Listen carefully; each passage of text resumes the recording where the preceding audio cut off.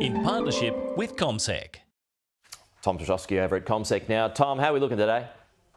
Pete, we're going to kick off in positive territory, albeit modestly. The futures are pointing to a gain of around 0.2%, and that, in some respects, is a bit of an outperformance relative to what we saw in the Northern Hemisphere last night.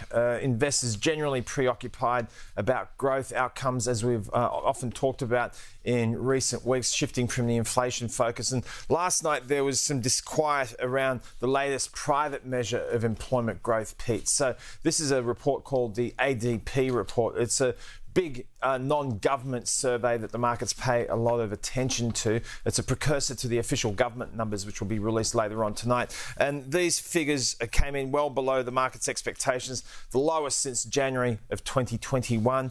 And that really sort of consolidated the view that, rates are coming down, but they could come down a little bit faster given the moderation in employment growth. It was the fifth consecutive month of moderating employment growth, according to this survey. So that saw a fall in long and short-term interest rates. However, it created headwinds as far as stocks are concerned. The S&P 500 was down by about 1/3%. The Dow fell by 0.6%. Interestingly, technology stocks were a little better bid. Tesla was a contributor to that. The shares were up by around 4% on news that they'll be launching their driverless cars in China and Europe in the early part of next year. So that was a bit of a fillip for that organisation. And we had the Aussie dollar benefit from a little bit of a moderation where the greenback was concerned. So we're back to around 67.4 US cents. How do you feel about driverless cars, Tom? Yeah, that's a long question. That's a long answer. Yeah.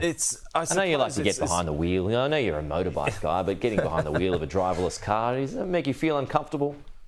Well, I think that the technology is impressive. I don't know if we've necessarily got the infrastructure as a society to be able to accommodate that improvement in technology, which is something that applies across a whole range of fronts, including AI, I suppose, to an extent. Do you have? Can you have road rage in AI?